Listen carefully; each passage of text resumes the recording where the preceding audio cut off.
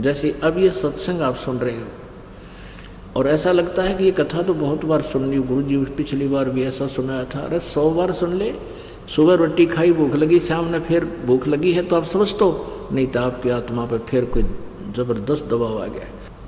पुण्यात्मा परमात्मा की महिमा को सुनना और उच्चारण करना है एक बहुत ही पुण्य होता है।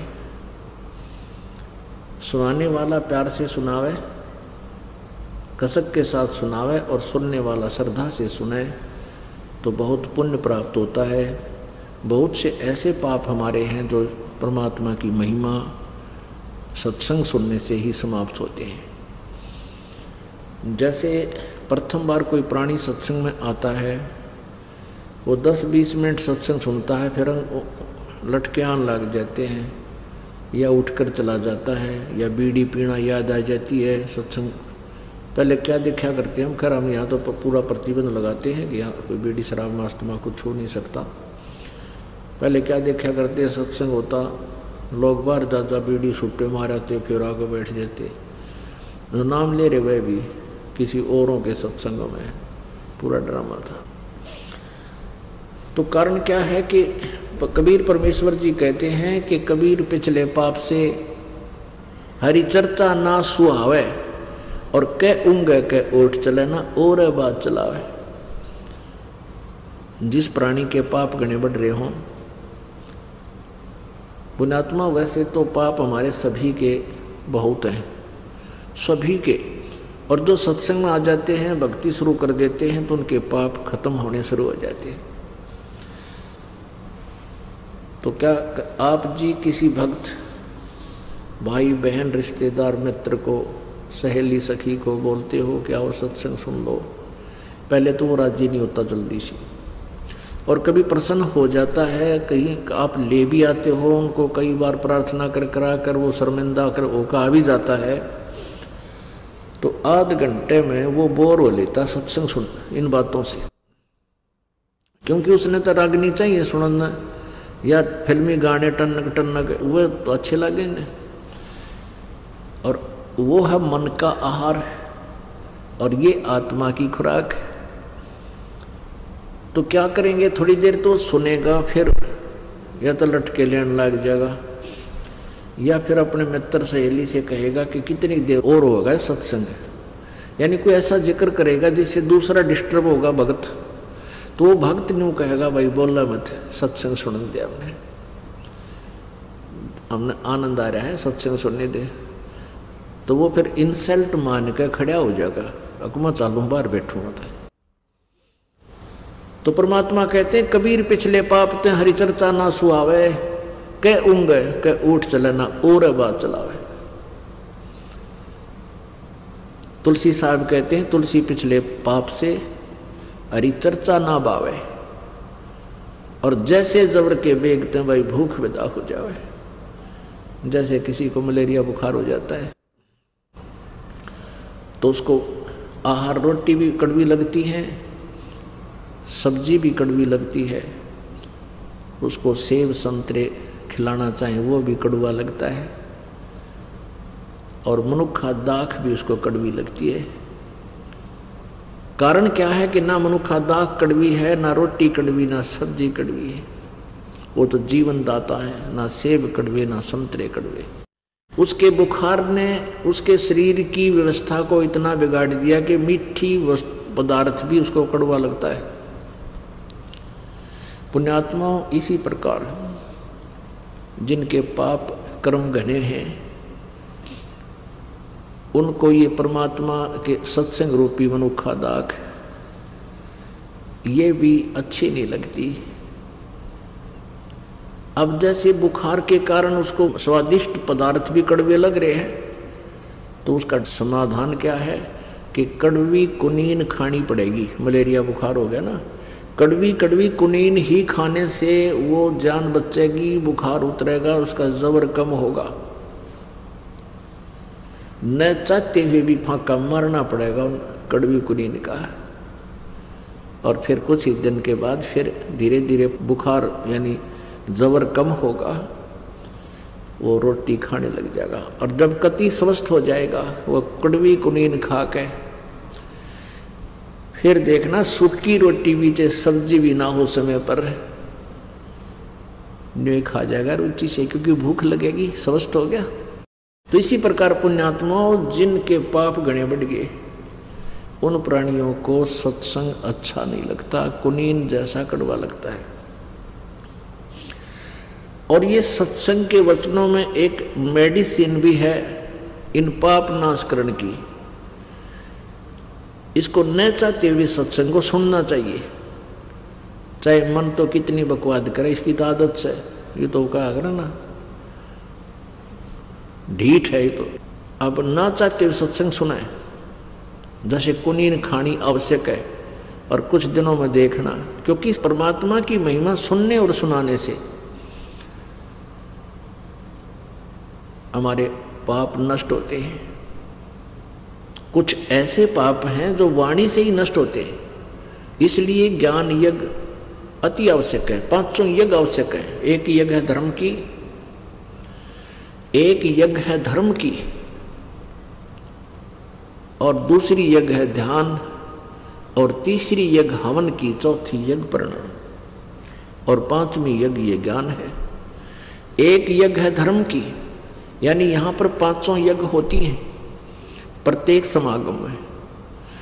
यहाँ क्या होता है कि यहाँ पर पिछली बार जो है 3 क्विंटल यानी 32 पीपे जो है घी के हवन हुए थे, 15 लीटर का एक पीपा,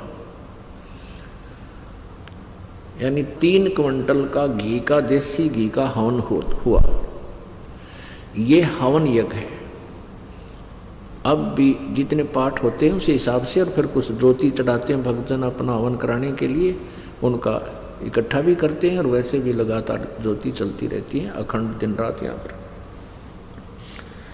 ये सामने जो ज्योतियाँ चल रही हैं, जैसे 300 पाठ हो गए तो 1 किलो का 3 दिन में हवन हो जाता है। तीनों दिन अखंड हवन चलेगा। तो ऐसे 300 पाठों की 300 किलो जो है ना घी हम हवन करते हैं, तो 3 क्विंटल घी हवन हो जाता है एक समागम में। 1 महीने में 6 क्विंटल। तो कहना है एक यज्ञ है धर्म की, जहाँ भंडारा चलता है, दिन रात भंडारा अखंड, चाहे रात ना आ जाओ को दुखी सुखी भक्त यहाँ पर पहुँच जाओ मालिक के दरबार में। आधी रात में चाय चाहिए चाय मिलेगी, दूध चाहिए दूध मिलेगा, कोई बीमार शिमार रहता है, और भंडारा भोजन मिलेगा। परमात्मा के बच्चा ने मिलकर ये सेट बना लिया, पंखे ला लिए हैं, बढ़िया मैट बिछाए रखे अपने परमात्मा की प्यारी आत्माओं के लिए, और बैठा कर मालिक अपनी चर्चा सुना रहा अपने बच्चों को। तुम कितनी पुण्यात्मा हो सोच नहीं सकते, क्योंकि लाल को अपनी कीमत का पता नहीं होता, जोड़ी समझता है। इस दास को मालूम आप कितनी पुण्यात्मा हो, चाहे कोई रिक्शा चालक है, चाहे गरीब है, चाहे अमीर है। अमीर और गरीब होना अलग बात है, लेकिन भक्ति संस्कार आपके एक जैसे हैं, बहुत अच्छे। तो यहाँ जो एक यज्ञ है धर्म की, यहाँ भंडारा चलता है परमात्मा का। तीनों दिन देसी घी का, हर तरह स्वदेशी घी यानी गाय भैंस के दूध घी से ही यहाँ पर सब प्रसाद बनता है। और दूसरी यज्ञ है ध्यान। आप ये सत्संग सुनते हो, ये मेडिटेशन का भी काम करता है, क्योंकि जब सत्संग सुनते हो तो परमात्मा का चिंतन होता है, प्रभु के बारे में जानकारी होती है, अंदर अंदर एक विशेष कसक पैदा होती है, रह रहकर मालिक का ध्यान ही आता है, परमात्मा ने ये किया, परमात्मा ऐसे थे। तो ये भी ये एक मेडिटेशन, यही मेडिटेशन होता है। जैसे ये हठ योग मेडिटेशन हम नहीं मानते, संत मते में नहीं है। परमात्मा कहते हैं साधो मुझे सो सतगुरु मन भावे, जो सहज समाज बतावे, आँख ना मुंदे कान ना रुंदे, ना अनहद उलझावे। अनहद कहते अंदर कान आँख मीच कर अंदर वाणी सुनो, अनहद नाद सुनो। कहते इनमें जो उड़ जाता है वो मुझे अच्छा नहीं लगता, वो ठीक नहीं है। जो सहज समाज बतावे, सहज समाधि कैसे होती है? जैसे हाली बीज धुन और पंथी से बतरावे और वह में खंड पड़े नहीं, ऐसे ध्यान लगाओ। It is meditation. जैसे हाली बीज बोता है, हल के पीछे, बैलों के पीछे एक हल होता है, हल के पीछे एक पाइप सी होती है जिसमें अगर बीज छोड़ दे उसने ओरना बोला गया। और जैसे रास्ते के साथ साथ उसने हल जोत रखा है और कोई अतिथि आ जाता है, पंथी राह चलता, और कोई बात पूछता है, रास्ता पूछता है, तो वो उससे बात भी कर रहा है और साथ में एक हाथ से बीज को छोड़ता हुआ अपने हल को नहीं रोकता। वो उसका ध्यान तो अपने बीज में है, हाथ ऐसे सेट कर रखा है उसने, उसका ध्यान है, बैलों को भी टोक देता है और उस पंथी को रास्ता भी बता रहा, आप सीधे चले जाना, आप ऐसे करना, लेकिन रह कर ध्यान उसका बीज छोड़ने पर है, कहीं ज़्यादा कम ना छूट जाए हाथ से। जैसे हाली बीज धुन पंथी से बतलावे, वाम खंड पड़े नहीं, ऐसे ध्यान लगावे। जो पतिव्रता पति से राती, आन पुरुष नहीं भावे, बस पी हर में सुरत प्रीतम में, ऐसे ध्यान लगावे। This is meditation, it is meditation. ये ध्यान समझ लेना कैसा है हमारा ध्यान। अब जैसे आप वैसे सिमरन करते ही हो, जब आप किसी काम करते हो, कोई भी कार्य करते हो, ऑफिशियल काम में ज़्यादा डिस्टरबेंस मानते हैं, लेकिन ऑफिशियल काम करते करते भी वह कसक मालिक की रह कर अंदर रहनी चाहिए हमारे। अब इस बात को आप समझ जाओगे। एक व्यक्ति ने 50,000 रुपये लोन लिया, लड़की की शादी, और सारी व्यवस्था करनी थी, तिजोरी में यानी सेफ में रख दिए, और चलते समय कहीं जाना था निमंत्रण देने के लिए, सेफ खोल कर किराया निकाला और जल्दी का मारा कि किसी कारण से वो लॉक करना भूल गया सेफ को, और पहुंच गया 200 किलोमीटर। उस पुराने समय की बात है, चल आजकल भी ऐसा ही आता, आजकल तो मोबाइल हो गया, जब फ़ोन कर दे संभालिए चाबी ने, यानी पुराने समय की बात है। तो वो चला गया अपनी रिश्तेदारी में लगभग 200 किलोमीटर। शाम के समय उसको याद आया जब खाना खाने लगा, अकोत्तरे की चाबी भूलिया मत, और तिजोरी सेफ खुली छोड़ा है। भगवान कोई निकम्मा आदमी ना घुस जा, बच्चे दरवाज़ा खुला छोड़ कर चले जाए, मकान का कोई आना जार पता नहीं, ऊपर से शादी आ गई, और ये मुश्किल से उधार में लोन मिला था और कोई पैसा मिलेगा नहीं, तो उसको कितनी चिंता। अब वो रिश्तेदारों से बात भी कर रहा है, लेकिन तिजोरी से दिमाग नहीं हटता उसका, उस सेफ से, अलमारी से दिमाग एक सेकंड भी उसकी टेंशन हटती नहीं। वो टेंशन समझो, ये टेंशन जो है ये है हमारा मेडिटेशन, ये सहज समाधि है। या अटायत भी ना हटे, जब आपका या कसक लग जाएगी, वो कसक कैसे लगेगी? आगे गए ना बावड़े, रहते भी सब जाही, बिन साहेब की बंदगी की तो ठोर ठिकाना नहीं। जैसे मोती ओस का ऐसी तेरी आव, गरीबदास कर बंदगी बहुर ने ऐसा दाव। अब परमात्मा की बारे में जब हमारे हृदय में यह जगह बन जाएगी कि ना तो मनुष्य जीवन बार बार मिलेगा, और मनुष्य जीवन मिल गया तो ज्ञान नहीं मिला कि मनुष्य जीवन में चाटाएंगे खाम, वो तो फिर एक पशु जैसा धंधा, तो असंख्य बार जन्म हो जाए मनुष्य का। जैसे मोक्ष नहीं हुआ, परमात्मा प्राप्ति नहीं हुई, तो आपके अंदर एक विशेष कसक बनेगी। और ये कसक जो है, जैसे आप कोई ऑफिशियल काम भी करते हैं तो भगवान की भूल नहीं पड़ सकती, भले ही सिमरन नहीं हो सकता, लेकिन वो चिंतन नहीं छूट सकता। परमात्मा की याद, भगवान ने ऐसा है, वेदों में ऐसा लिखा है। ये रह कर हमने तो एक ऐसा माहौल बनाना है, एक ऐसा रूटीन बनाना अपने दिमाग का कि ये बकवादा तटके भगवान के चरणों में ही लगा रहे। ये मालिक की वाणी याद आने लग जाएंगी जब आप कोई रिटर्न कार्य करते हो। सुखदेव ने 84 भुगती बना पजावे खरगो, तेरी क्या बुनियाद पुरानी तू पेंडा पंथ पकड़वो।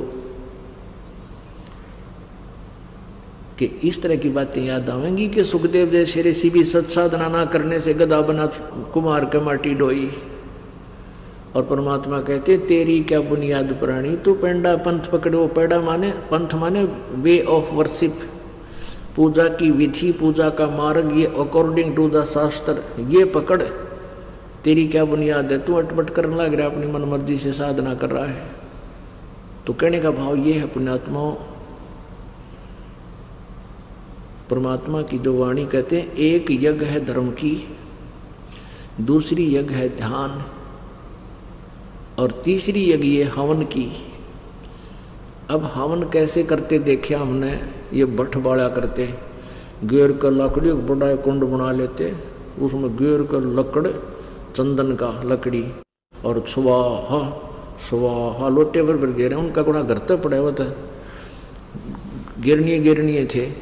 अब उस लकड़ी के द्वारा हवन करने से लकड़ी भी जलती है, लकड़ी से कार्बन डाइऑक्साइड पैरेलल बराबर बनती जा रही है। और हम हवन कैसा करते हैं, एक 100 ग्राम, इसमें मेरे ख्याल में 100 ग्राम रुई नहीं लगी हमारी इन ज्योतिया में, ज्योति जला रखी, और इसमें अब के लगभग 2.5 क्विंटल से भी ज़्यादा हवन होगा। पिछली बार 3 क्विंटल और 30 किलो किया था हवन, तो मुश्किल से 200 ग्राम 150 ग्राम जो है ना रुई लगी होगी, और 3 क्विंटल से भी 30 किलो ऊपर हवन हो गया। और जब लकड़ियाँ तो करवन मान 1 क्विंटल लगे लकड़ी जो फूकनी पड़े इनमें, तो वो कार्बन डाइऑक्साइड साथ में। तो परमात्मा ने जो तरीका बता रखा है कि एक ज्योति लगा दो, हवन हो रहा है। हवन घी के प्रज्वलित होने से ही हवन होता है। भगवान की चर्चा कभी करो, किसी समय करो, वो अलग है, वो ज्ञान चर्चा है। तो तीसरी यज्ञ है हवन की, या हवन भी होता। चौथी यज्ञ प्रणाम। एक प्रणाम करने से भी एक यज्ञ का पुण्य आपको प्राप्त होता है, पर हृदय से जो देखा देखी नहीं लौटना है कि सारे लौटे हैं मैं भी लेट जाऊं, प्रणाम करना है ना, बूंदा सा लगूंगा एकला खड़ा रहा था, ये कोई प्रणाम नहीं है, उसका अकाउंट नहीं होगा। कहते हैं जय गोपाल दंडवत करो, चाहे पैरा पड़ प्रणाम, पर दुआ करो दिल पाक से है, वो असला असल सलाम। जब प्रणाम करो दिल पाक से, पवित्र हृदय से, सच्चे दिल से, अपना परम कर्तव्य जानकर, इस मिट्टी को मिट्टी जानकर, और प्रणाम करो, इससे अभिमान खत्म होगा। अभिमान जीव का सबसे बड़ा शत्रु है। जब तक हमारे अंदर अहंकार है, भगवान निकट नहीं आ सकता। और हमने चाहिए भगवान से किसी प्रकार मिल रहे, हमने तो परमात्मा के लिए कमर कसी है, फिर उसमें अग्रम अग्रम किसा। जो बच्चा मिलिट्री में भर्ती हो गया और वहाँ जाकर वो सारी रिहर्सल करवाते हैं उससे, सारे ऐसे कोनियों के बल भी चलवाते हैं, रस्सों पर भी कुदवाते हैं, ऐसे पकड़ कर भी ऊपर, यानी सारी प्रैक्टिस कराते हैं ताकि मार ना खाओ बालक। कभी आमना सामना होगा जो शत्रु थे, जो हर दाव लगा ले, सब तरह ट्रेंड हो। तो दास भी आपको यहाँ ट्रेंड करना चाहता है कि जब काल के साथ आपका आमना सामना होगा, यानी यहाँ से हम जब चलेंगे तो आप मार ना खा जाओ। अब जब फौज में भर्ती होए गया तो फिर नखरे किसे भाई, सारी क्रिया करनी पड़ेगी, वहाँ अपनी ना चले। तो ऐसे यहाँ भी आपने प्रवेश पाए लिया तो हमने हर तरह से अपने आप को ढालना पड़ेगा जो परमात्मा के नियम हैं, तभी हम सही सिपाही होंगे, तभी हम सही भक्त होंगे। तो पुण्यात्मा, 5वीं यज्ञ है ज्ञान की। अब ये ज्ञान यज्ञ जो आपका चल रहा है, सत्संग रह कर सुनाया जाता है, इसका बहुत पुण्य आपको मिलता है। और हमारा कोई सिर में दर्द नहीं, 4-4 घंटे 5-5 घंटे सत्संग करूँ दिन में, और फिर आप जी से साथ साथ आपसे मिलता हूँ, कुशल मंगल पूछता हूँ, तो आपको यहाँ बुलाने का उद्देश्य है कि डॉक्टर को पता होता है कि ये रोग कटेगा कैसे मरीज का, तो वो हर ट्रीटमेंट समय पर देता रहता है, तभी वो स्वस्थ कर देता है। तो ये ज्ञान यज्ञ है। तो कहते हैं तुलसी पिछले पाप से हरि चर्चा ना बावे, अच्छी नहीं लगे, और जैसे जबर के बेगते भूख विदा हो जाए। कुछ ऐसे पाप हैं जो सत्संग के श्रवण करते हैं या शारीरिक सेवा करने से ही समाप्त होते हैं, उनका और कोई विकल्प नहीं। तो फिर क्या होगा कि कुछ दिनों के बाद आपने इतनी भूख लगेगी, आप डटे नहीं डटो। वही व्यक्ति जो पहले आध घंटा भी नहीं सुन सका था माल्य की वाणी को, अब वो ना सोचा 2 घंटे के बाद भी आगे और क्या बताओगे गुरु जी, कौन सी कथा सुनाओगे। तो ये भूख लगी, आप स्वस्थ, आपकी आत्मा स्वस्थ होगी। और आपके मन में मान ले कभी भी साल में 2 वर्ष में ये आने लगा कि ये कथा तो मैंने सुन रखी है, गुरु जी ने फिर वही सुना दी, तो समझो आप फिर अस्वस्थ हो गए, आपके ऊपर कोई कर्म की मार ज़्यादा होगी। अब जैसे सुबह रोटी खाई थी आपने, रोटी वही है, सब्जी फिर बदल हो सकता है थोड़ा बहुत, और सुबह भूख लगी और शाम को फिर वही रोटी। अगर आपने ये लगा कि ये रोटी तो खाई नहीं थी सुबह, यानी अरुचि होगी आपकी, तो समझो आप फिर बीमार हो लिए, आपके कहे तो बदहजमी होगी या कोई बुखार घेरने वाला है। तो उसका ट्रीटमेंट क्या है? सुन ली गुरु जी, पिछली बार भी ऐसा सुनाया था। अरे 100 बार सुन ले, सुबह रोटी खाई, भूख लगी, शाम ने फिर भूख लगी है तो आप समझ तो नहीं, तो आपकी आत्मा पर फिर कोई ज़बरदस्त दबाव आ गया। उसका ट्रीटमेंट क्या है, उसका विकल्प क्या है कि ना चाहते हुए सत्संग को सुनता ही रहना चाहिए। फिर आध घंटे के बाद देखना आपकी कैसे रुचि बढ़ती है, क्योंकि ये साथ में मेडिसिन का काम भी करता है।